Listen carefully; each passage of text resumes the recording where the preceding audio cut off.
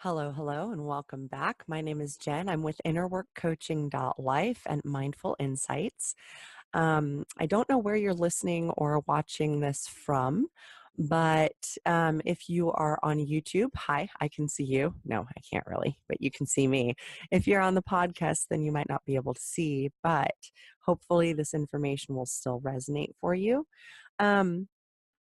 Today, I want to talk about 7 things to keep in mind on your journey of defusing the love bomb, which is my upcoming course about unconditionally loving yourself and how to get there. Most of us think we love ourselves. Most of us, well, a lot of us, I guess, will admit that we kind of despise ourselves, but, you know, it's all a matter of working through stuff. So the class is basically about the 3 main components of learning to love yourself. And throughout this process of learning to love yourself unconditionally, there are a few very, very important things to keep in mind. So let's dive right in. And this is, you can work with this whether you're going to take this course or not. It doesn't matter. I'm putting out certain information for free to help you guys get started on healing yourselves if that's something that you want to do, even if you don't necessarily enroll in the course. So there's that. All right, number 1 is be 100% honest with yourself, especially when it feels uncomfortable. This is where the majority of your healing is going to take place because this is where your triggers are and your uncomfortable emotions. And these are the things that we are going to be shining light on, at least some of them, at least enough to get you started on figuring out how to process your own emotions and work through your own things that you have stuffed down and suppressed and repressed for your whole life, because we all have those things. All right. Number 2. If you don't do the work, then you are self-sabotaging. If you don't do the work, you can't experience the results or the benefits. So figure out what it is that is convincing you to quit or to not do the work, or to, oh, I'm going to buy this and then everything will be okay. Oh, I'm going to buy this and everything will be okay, but you never actually look at it. This is not going to work. So you have to actually do the work. Number 3, this is not a quick fix. This is a journey. This is a process. This, like peeling back an onion. You discover one layer and then you discover another layer. And then as you go in, the layers get more and more potent, because you're just kind of like discovering all of these things about yourself that you didn't know, things that you've been influenced by throughout your whole life. And there will be a lot of revelations and a lot of life-altering revelations, a lot of things that you will suddenly realize / remember that you had completely tuned out before. So try to figure out a way to embrace the journey, embrace the process. Like, I talked in another one of my videos about thinking in cycles and patterns, right? Rather than in days, weeks, months. So if you start thinking in cycles and patterns, then the journey will make a lot more sense and you'll be able to make quicker progress because you can actually influence the momentum of your cycles and patterns. Okay. Does that make sense? Okay. So anything you can do to help yourself enjoy the process. I like to listen to music. Anything that I'm doing that I don't necessarily feel too inspired by, or that I'm having a hard time getting into, unless I have to work with audio, of course. But if I'm working on something and I'm having a hard time, then I just put on some music, and usually I can click myself into the zone pretty fast. So that's cool. All right. Number 4. Don't beat up on yourself if you lose your way or seem to be going backwards, or fall off the wagon or whatever you call it. You know what I mean? Don't beat up on yourself about it. Rather be like, okay, well, that wasn't exactly the best thing to do, but I have another opportunity to choose differently tomorrow. You know what I mean? There's always another opportunity.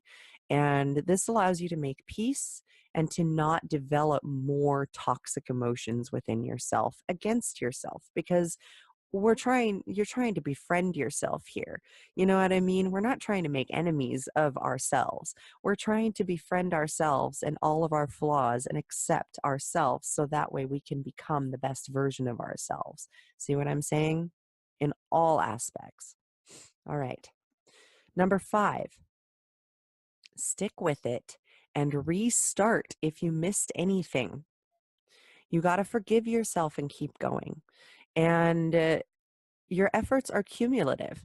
So what I found on my journey is, even if, I was doing yoga, and then I'd miss like a week, I'd get back into it. And at first, like the first few times I skipped out a couple times and then went back in, it was a little bit harder.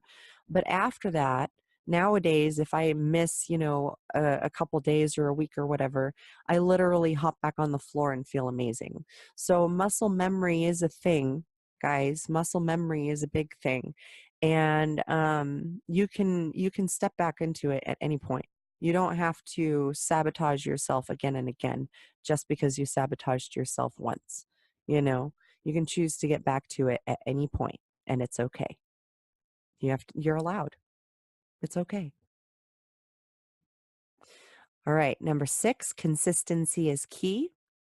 Um, I did talk about this in one of the previous videos also, about exercising, and what you can do to bring your body, mind, and soul into alignment, kind of on an automatic basis, form simple habits, simple daily things. And if you have to do this one habit at a time, 1 month at a time, then that's completely fine. It's totally okay. You can take your time. It doesn't have to be a race. You know what I mean? You don't have to completely beat yourself up and beat your body down in order to shed weight as fast as possible, if that's what your goal is. You don't have to do this in a way that is self-damaging. You can choose to enjoy the process. You can choose to enjoy the journey. And that's going to make it that much more effortless, and it'll make it stick, and it'll make the results that much easier to achieve.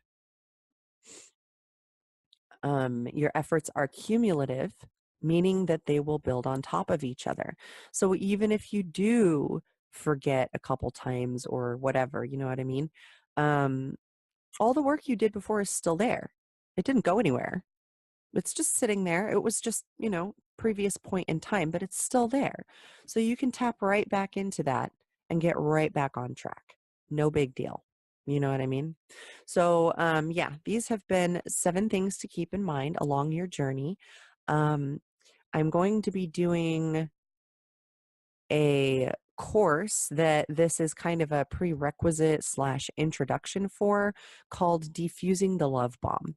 And this course is all about learning to completely love yourself 100% unconditional, so that way you can live in that vibration and attract unconditional love to you from the outside as well. Because once you embody it, you will create it. So, I hope to see you guys in the course when it launches. I am getting everything ready and prepared now. I'm kind of doing the whole race marathon thing, but I'm very inspired today. So we'll see how much longer it takes me. I definitely want to share the bulk of the basic ideas for free on the website. So keep an eye on innerworkcoaching.life. And if you go to the very right tab, there's a link called Soul Growth Resources. And if you mouse over it, it'll drop down a menu. And one of the menu items is Defusing the Love Bomb.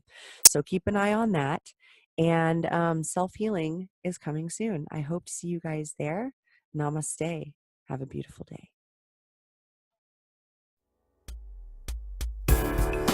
Do you see beauty? Do you see pain? Oh, what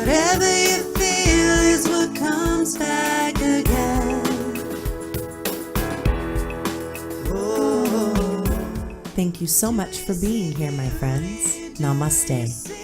As you remember and reconnect with the light of unconditional love within your soul, don't forget to enjoy your life and have some fun along the way. Fall into the unknown. Fall with me into the unknown. Let's break free, learn how to let go.